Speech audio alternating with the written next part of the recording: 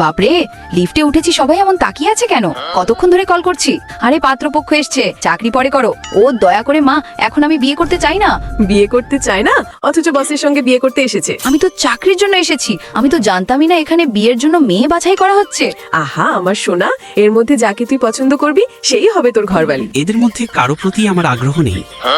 ও god, একে তো দেখতেই মন চাইছে। ভগবান, যদি দিতেই হয় তবে ওকেই আমার পুটলিতে বিয়ে দাও। আরে বেবি, চলো সিনেমা দেখতে যাই। বাপরে, এর পুটলিতে তো আগেই মেয়েতে ভর্তি হয়ে আছে। তোমাদের জুড়িটা ভালোই দেখাচ্ছে। রাগিনী, তুমি হলো পঞ্চম প্রতিযোগী। আরে না না আন্টিজি, আমাকে যেতে দিন। লিফটজি, তাড়াতাড়ি খুলে যাও। শালা লিফট, দ্রুত খুলে যা না। এটা কি? বাহ, এটা তো ব্র্যান্ডেড, মনে হয় নতুন মডেল এসেছে। লিফটজি, দয়া করে তাড়াতাড়ি খুলে যাও। চলো তাড়াতাড়ি বেরিয়ে পড়ি। থেমে যাও, আমিও আসছি। যশ এত কাছে আসছে কেন?